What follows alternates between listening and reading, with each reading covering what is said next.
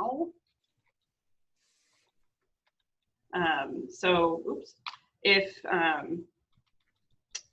If you're in small group, we're going to do some small group discussion and main group discussions. And if you'd like to share, please feel free to share and talk and discuss. If you are not actively speaking, just a reminder to mute your microphones just to reduce any feedback on the recording.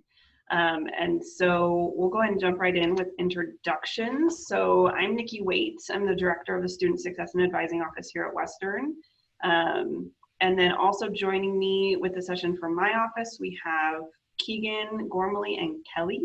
And I'll pause here to let both of them introduce themselves. And so Kelly, if you'll start, and then Keegan. Absolutely. Hi, I'm Kelly Rush, and I am the Assistant Director of Student Success and Advising. This is a fairly new role for me, last couple of months. Previously, for the last 2 years, I was one of the pre-nursing advising leads, as well as I worked with our students struggling with academic boarding, probation, and suspension, and I also teach our learning seminar course for students returning from suspension.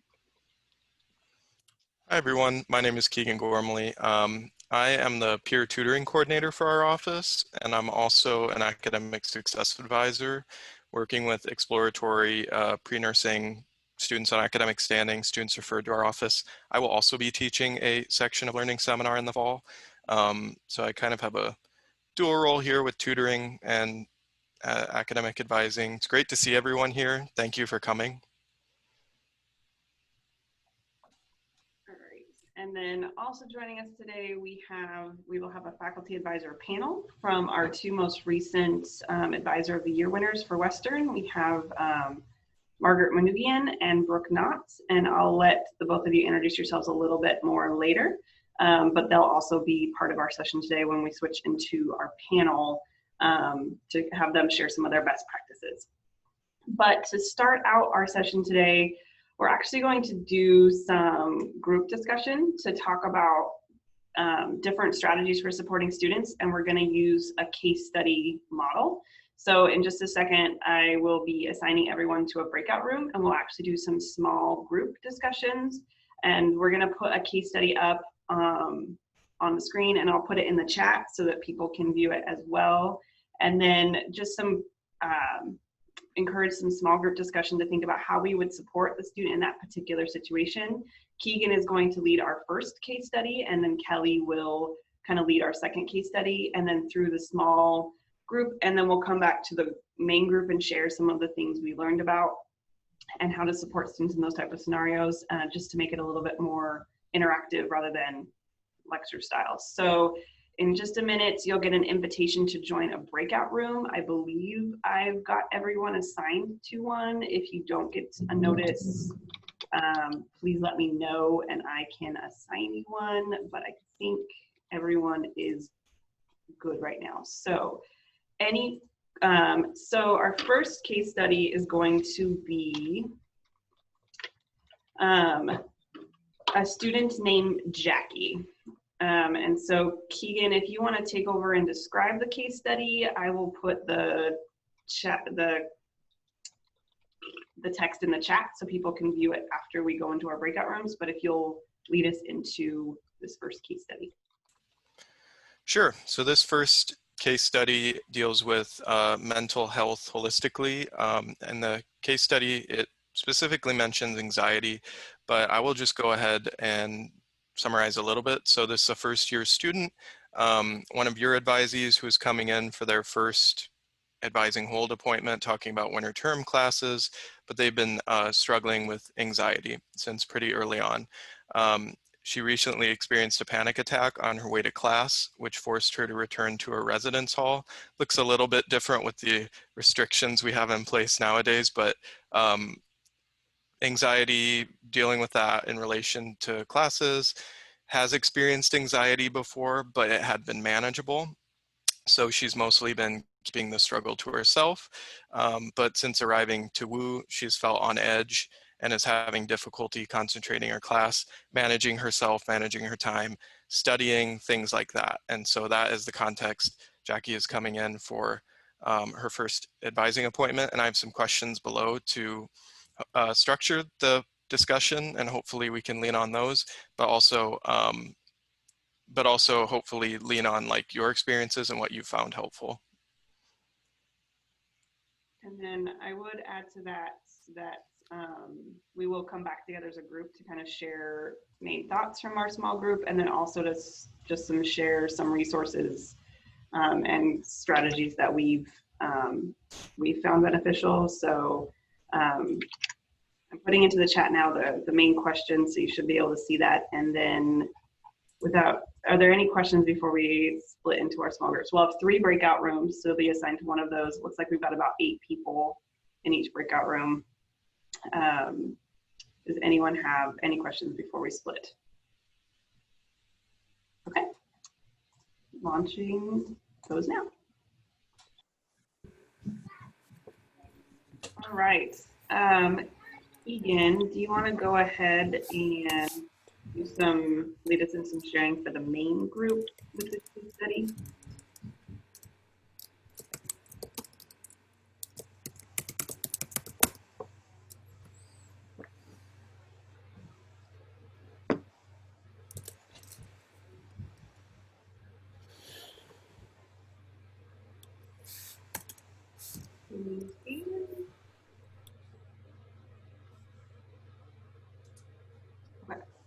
Did he? I don't think he heard you, Keegs. Yeah. Did you hear Nikki? No. Okay. Okay, that would explain it. Keegan, will you go ahead and just lead us in discussing some things you learned from your room, or just that you want to lead the main discussion on this case study? Sure. Yeah, I'll start with something that I don't think is on here, but it is a super important point that multiple people brought up in the room, in our room at least, was thinking of what is our role as academic advisors? You know, how much can we do for the student? And I think that's a really important question, because, you know, we're not necessarily here to provide care from start to finish for these concerns, you know, and it's might be more helpful to think of it as listen as far as what the student is comfortable with telling you, and then provide that triage and get them to the resources on campus that can help them and that really specialize in this concern. So I think that was a great point that someone brought up in our room. But anyway, here are some other takeaways that may be helpful to think about. So open-ended questions, tell me more about. You mentioned feeling a little nervous when you're going to class. Talk to me about what that's like. So just some of those questions that aren't yes or no necessarily, but more inquisitive, open-ended, and being conscious of your body language, like really being inquisitive, being curious, and then how you ask your questions as well as carrying concern. No one size fits all. Being responsive to what the student gives you is important. So using the student's words to delve deeper. Building rapport with the student is always important. So what are they interested in? Talking about that and just spending a few minutes. Getting to know them is always important. And then demystifying and normalizing these struggles. It is far more common than students oftentimes realize to have any issues, mental health issues, anxiety. And so just, you know, that is something that a lot of students go through, and so normalizing those, and also the seeking help part of that. Framing resources as opportunities for support. So, you know, there are actually people on campus who, you know, would love to talk with you. And so that's an opportunity to get that support. And so I just listed some of those resources below. Obviously, student health and counseling is a huge resource. And some of those others could be helpful as well, depending on where the conversation goes. So. And then Kelly, or from anyone that was in Kelly's room, did any of you have any additional thoughts or things that stood out to you in serving students in maybe that are having some mental health anxiety struggles that you want to share with the group? I can share for kind of what we talked about. So I felt like one of the a good point that Margaret brought up was this idea of follow-up. So a lot of what we're doing in this particular situation is referring. We're referring to other resources on campus, but to ensuring that the student doesn't feel like we're just passing them off, something small like a follow-up email checking in on them, that kind of thing, really helps to build rapport, and also show the student that you actually care about them as a person, which I've heard is helpful. So I would say that is an important aspect, no matter sort of like what situation you're in. Is like, if you say you're going to do something, ensuring that you do that follow up, and then just in general following up when there are sort of a type of a crisis situation. That's great. Similarly, I think just to share a couple things from the group, I was part of one of the things that Carmen, Cecita mentioned was watching the nonverbal. And so students may not come to us and express everything in the case study where they might tell us everything that's going on, but if we notice they're on edge, watching that nonverbal to kind of take stock of where they are and asking those questions, but then also being aware of culturally or personal things students may impact their willingness or interest in seeking those resources and support. So I don't know if you want anything else, Carmen, but that was one thing that we mentioned. And then also, like Erin had a really good way of describing that, you know, when we are referring students, not as just like a passive handoff, but just as a, you know, I am qualified to help you with these matters, and I want to make sure that we're getting you to someone who's qualified in these other matters to get you the support you really need in these other areas. So just how you do that handoff is really as much as important as getting them to the right people. So those were some takeaways from the group I was part of. Okay, so we're gonna go ahead and keep moving into our next case study, which Kelly's gonna kind of lead through on this one, and we'll do the same thing. We'll hop into our breakout rooms again to discuss, and then come back and share and discuss as a group. So I'm gonna change the slide and then kind of take.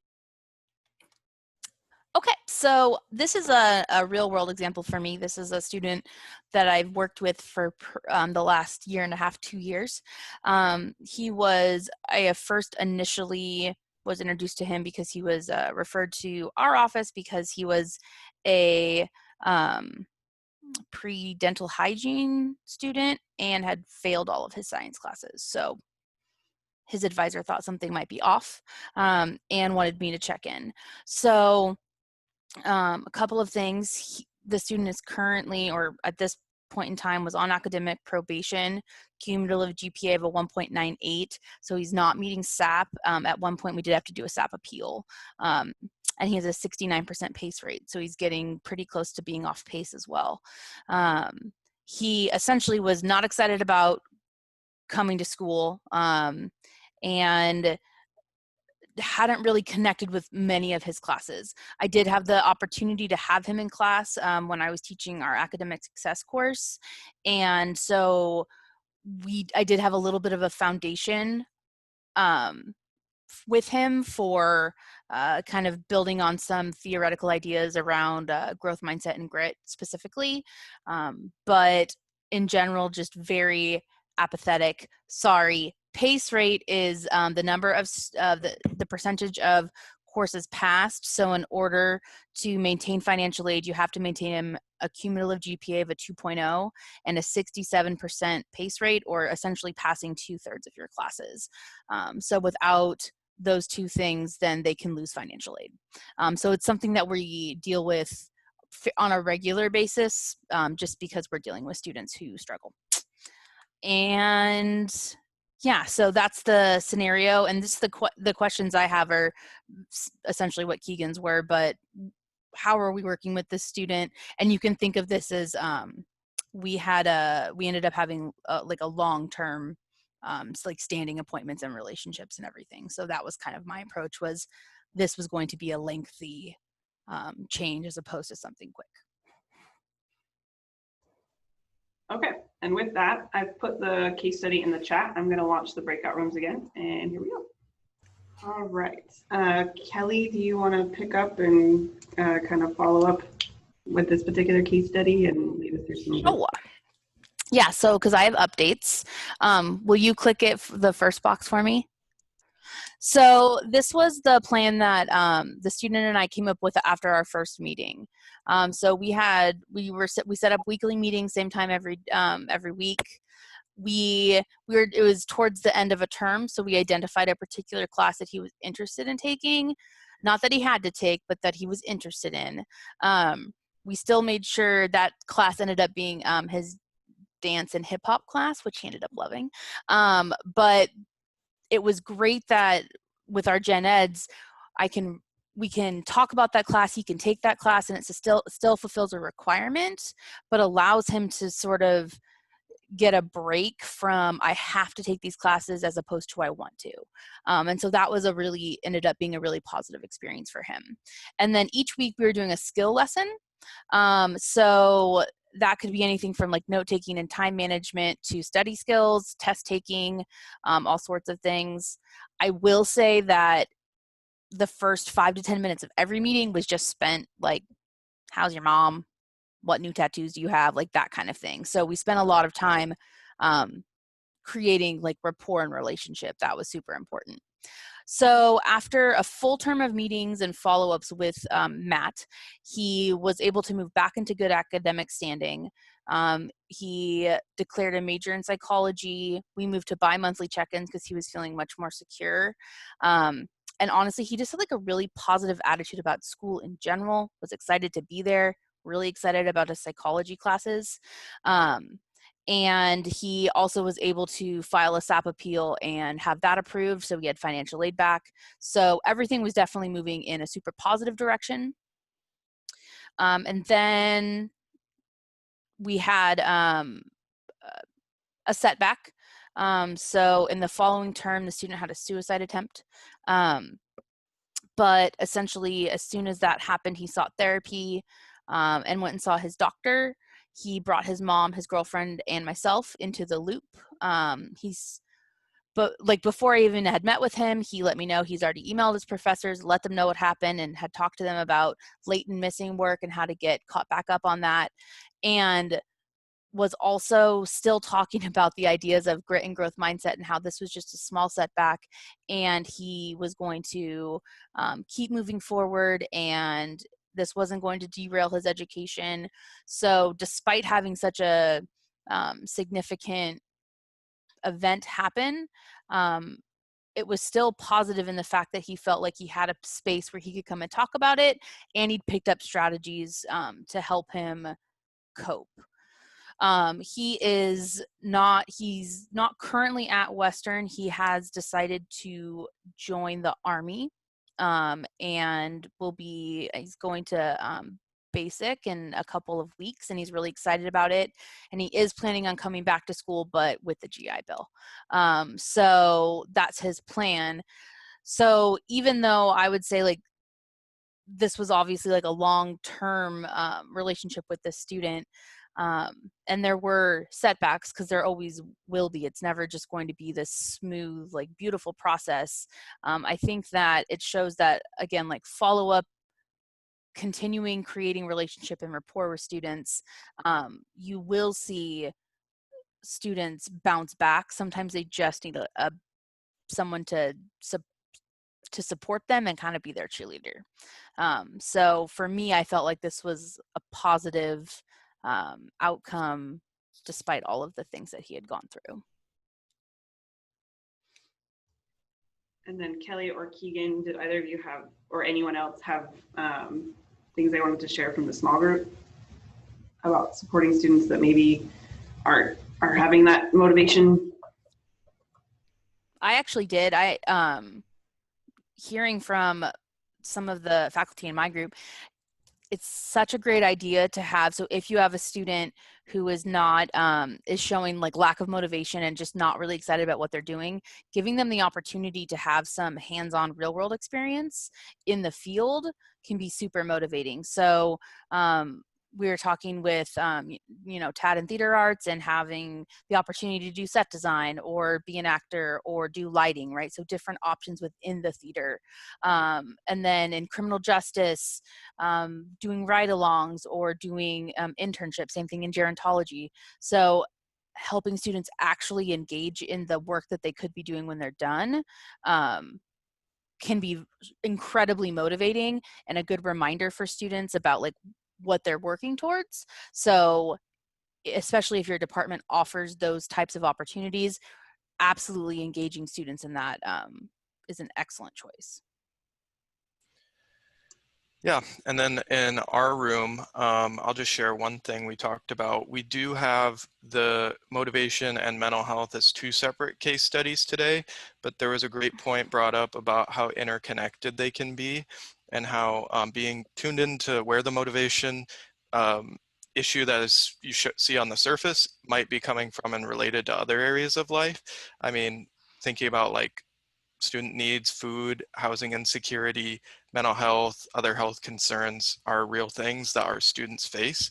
And so if they're facing those a lot, it makes sense that they can't devote energy sometimes to developing motivation and confidence. And so it's kind of like what Kelly was saying, building that rapport and relationship with the student and being open to hearing those things is super important. I just thought that was a great point from our breakout room. And to share some highlights from our breakout room, we talked about, you know, really getting to the core root about what motivates the individual and asking them really good questions about like what things have you enjoyed, what barriers may be playing a factor, and I can't own this question, but Tim mentioned that's the question, what feeds your soul? Like just asking that question of motivation. And also that, you know, college shouldn't be torture. So if you're in this field and it's torture, you can still find success and make a good wage, and that college shouldn't be torture. And then also reiterating that connection and how important that is, even when students may not be continuing in our own majors, that we take the time to ask them those questions and then get them where they can get that help. I am going to go ahead and shift because I do want to make sure we give some time to our panelists. So I'm going to stop sharing for just 1 second, and then we'll share a couple things. But so we're going to turn a little bit of time over to Brooke Knott and Margaret Manoogian. Probably start with Brooke and then go to Brooke and go to Margaret. But Brooke was our 2019 WU Advisor of the Year, and then went on to win Region 8 for the National Advising Association Advisor of the Year Award. And then most recently, this year, was awarded New Faculty Advisor of the Year National Award from the National Global Community for Academic Advising, NACADA. And then this year, Margaret Manoogian was our 2020 WU Advisor of the Year. So just some outstanding people at our campus, and I had the privilege of reading their nomination materials. And I know many other people in this call have been nominees for Advisor of the Year awards. I mean, Kathy Whitworth's here; she was our 2019 Staff Advisor of the Year winner, and others. And so we have a lot of great minds in this room. But I'm going to go ahead. Brooke sent me a few things that she wanted to share, and so I'll give her a few minutes and then turn some time over to Margaret. And if we have any time left, we can just open question and answer for anyone, our panelists, or just as a group. So I'm going to go ahead and share my screen again to bring up that. Okay, Brooke, did you want this one first? Sure, that's great. I'm so happy to see you all. I feel like I'm here with like-minded people, so yeah, who just care about advising. I have just a few reminders when Nikki asked for us to share insights.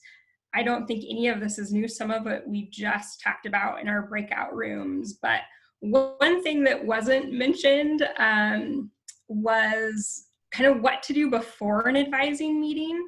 And as a professor, faculty member, I think I'm just going to name it that sometimes advising can feel like an interruption. That's how it feels for me when I've been on campus and all of a sudden a student pops in and they have an advising question. You're in the middle of lecture prep, or now it's like dealing with kids at home and then all of a sudden there's an advising question. So for me, I really have to get into a state of awareness or consciousness for advising. And to do that, I just kind of have some mottos that I remind myself of before any advising meeting. The first is that the student is first.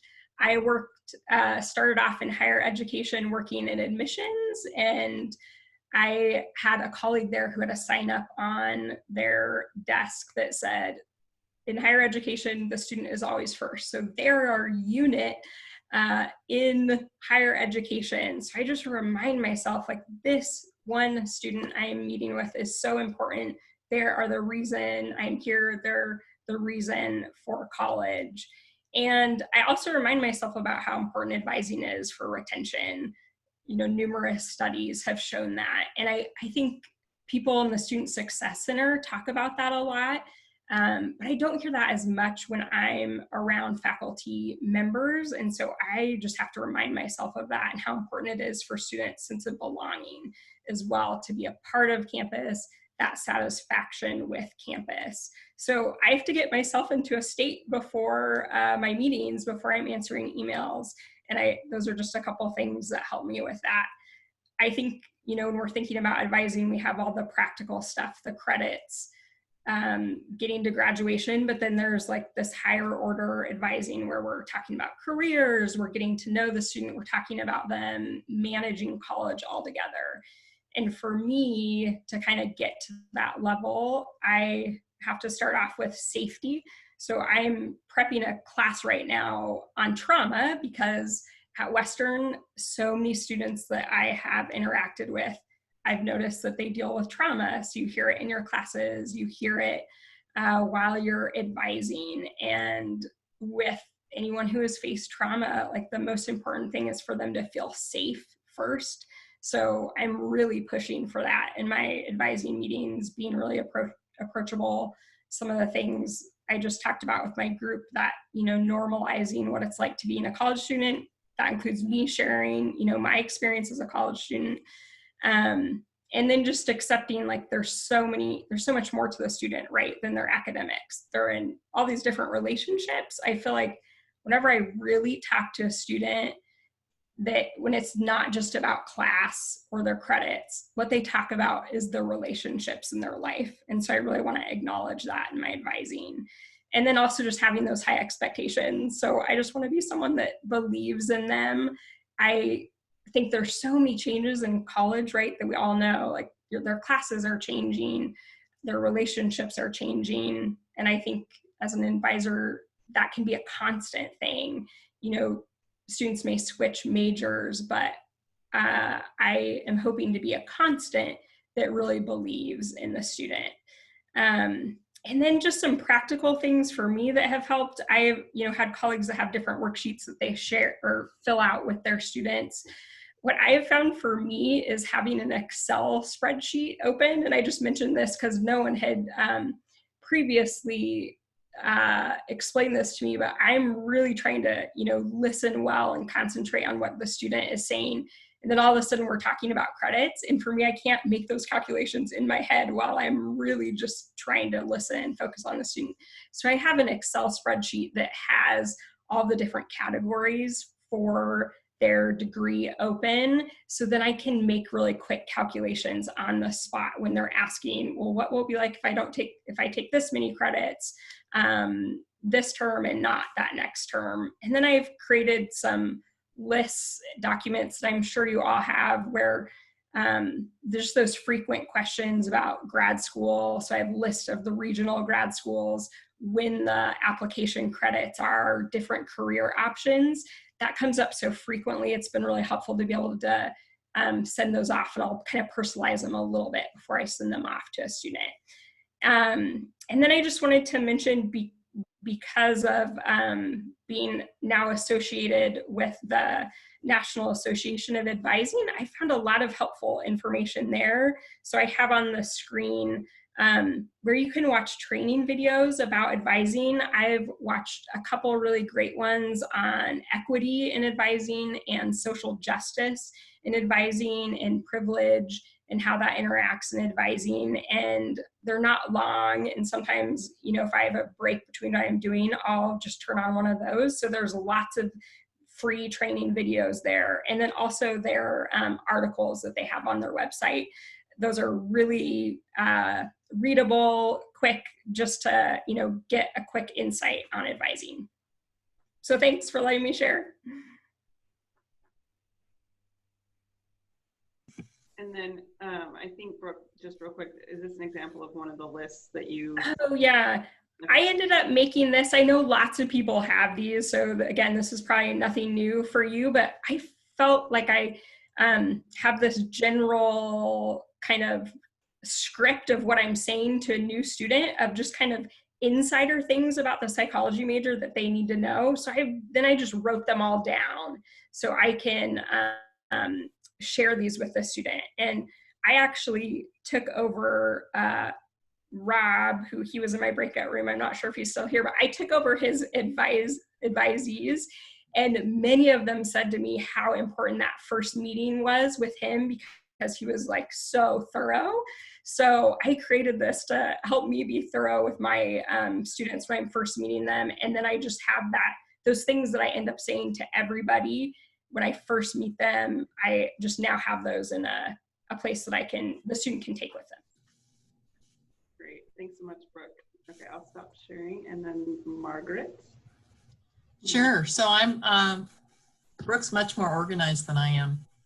So anyway, let me go ahead and just share some of the key points for me in terms of academic advising. And I do need to position this with, I've been working in the area of academic advising since 1986, maybe even earlier than that. So so this isn't stuff that I just learned coming to Western. It's kind of built up over the years. The first thing that I take into mind is when a student comes to see me for the first time, there's some things I want to accomplish. One is that I want them to feel welcome. I want them to know that, that I'm going to listen to them. And I encourage them in our relationship as an advisor that they have responsibility in the relationship as much as I do. So so the first step is developmentally, where's that student? So in gerontology, we have a smaller major, which is to our benefit. So I know everybody. And I ask them, what brought you to my office at this particular moment? Tell me about your background. Why older adults? Why are you sitting in my office? Why Western? Just tell me a little bit about yourself. And I just listen for quite a while about their stories. And that helps me then to get a sense of their confidence level, their backgrounds, how much experience they might have with the population that we serve, etc. So I do that initially with them. And I also assess their work experiences, their volunteer experiences, and anything they might have in their bag of tricks in terms of skills. And then what I do in advising is I make sure that I explain the major very clearly with them.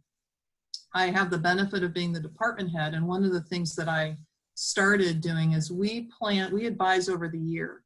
So when a student meets with me for the first time, I will first, once I've developed some rapport and relationship and listened to them, I will then pull up their degree tracks, and we will definitely go through it step by step, because I want them to understand how to read it themselves. I don't want them to depend on me to read it for them. They need to know how to read it. So we talk through every single, and that might take a bit, but it seems to help in the long run for them to really understand right at the beginning how to read that. And sometimes it's confusing to some students. And then I also take some time, because since we advise over the year, and what I mean by that is I have a piece of paper that says exactly what we offer all year. So I will sit down with them with that grid like what Brooke showed you. I also have one that's similar to that. I'll pull out I'll sit at my table, they pull out a pen, and we go through this schedule. And I'll say, here's what happens in terms of gerontology, whether you're a freshman or a transfer student or whatever. I also will take that time to look at their background, their degree tracks, because they might fit better into a degree of applied sciences versus the Bachelor of Science degree. So I also do some assessing in terms of how many credits they're bringing into the program and stuff like that. So I want to make sure they have the mechanics of understanding our program, the rhythm of our program. I explained to them that we offer all hybrids. Our classes only meet on Mondays and Tuesdays, so you can schedule all year around your family obligations and around your employee, your work needs. Because so many of our students are working at Western in general. And if they know all year that they only have to be in your seat in gerontology Monday and Tuesday, that really helps them to plan their lives, right, in a more positive way. So, so that's been a helpful tool for us. I also, Brooke is advising a lot heavier load than I advise. So there's different strategies depending on the size of advising loads that you have. Because I spend a lot of time at the front end, whenever I find something or I see something or I have one of those, my advisees in classes, I follow up a lot with them. So if I see a volunteer opportunity come across my desk and they've said something about their interest in nursing or social work or something like that, I'll pass it to them and say, here's something for you to look at. I'm able to do this because of the size of the major. I meet with my students, all students, at least once a term. And they know that they can meet with me more than once a term if they need it. So I have a regular kind of open door for them to do that. And I invite them to do that because I think that's part of the success strategy for them. And then the other last thing I'm just going to add, there's a lot more I could talk about, but the main thing I have found is caring for them as individuals, understanding the skills that they want to develop, the directions they want to go, making good referrals, and then and just recognizing them. So when I will sometimes invite an advisee, it's like, hey, let's just get out of here. Let's go get a cup of coffee. I try to show them that I see them, they're visible. So like I said, if there's an opportunity, and I really try early on, as I think Kelly alluded to in our small group, I try early on to get them involved in some kind of service learning, volunteering, integration in the classroom, anything that they can get some practical experience, because that's really what is going to tell them that they're on the right path. And I may have students that leave gerontology because they realize that's not the best major for them, or they come in because in all of our classes we have some kind of service learning. So I think encouraging them, like Tad was even saying, across the different aspects, right, of his program, try all the different kinds of things so that you understand what are the possibilities within this major. So, and then I guess the last thing I'll add, see, I'm not as organized as Brooke, can you tell? But anyway, the other thing that I will add is that I learned a long time ago when I was in my master's program in working with college students is the challenge and support model. And that is every time I plan a class and whenever I approach an advising appointment, I always think, how can I challenge the student, but also how can I support them? So if they're still really having a hard time understanding the structure of Western, well, how can I support them enough, but challenge them enough to gain an autonomy, areas of identity, career development, whatever that is. So yeah, so I think that might be just in a nutshell some of the things that are important to me in the advising appointment. And I never have an overhead light. I always have a desk light. And I've had a counseling psychologist tell me that's good. I create ambiance. Anyway, I'll leave it at that. I think the only problem with this session is we didn't plan for long enough. So thank you for our panelists for your sharing your thoughts and best practices, and for those that participate in our small group. I will keep the session open if anyone wants to ask questions, but I recognize I want to be mindful of people's time. But thank you so much for everyone who came. And if you have any questions or anything else you want to follow up on, I'm happy to hang out for a few minutes if there's any questions. I'm sure Brooke is too, but I'm willing to, at any point, if anybody wants to chat, I'm happy to do that. from my kitchen table. Brooke, I'm not sure if you saw it in the chat, but there was a request from Taryn if we could share your sheets, like the 4-year. Oh, okay, yeah, sure. So I can post it as part of we recorded the session, it'll be posted on our website, and I can post it there as a resource if that's okay with you. Yep, that's fine. Okay. Nikki, can I just ask a question to what last presenter? I'm sorry, I'm just looking at your last name. I don't know your name. How many advisees do you have per term? Was that Yeah, from it really depends on the major. At one point, I was the only faculty member really taking advisees in gerontology. So I had over 30, but I'm down to now about 20 advising. That's majors, minors, and certificate students. And I advise all 3 of those groups. Yeah, I mean, I just asked you because just now I looked on my list of advices, and also I do general education, MAT, MSCD, ESOL, undergrad, grad. It's like over 50. Yeah. And that's more along the lines of what Brooke's probably advising, right, Brooke? Yeah, I range from 40 to 45. Yeah. Okay, thank you.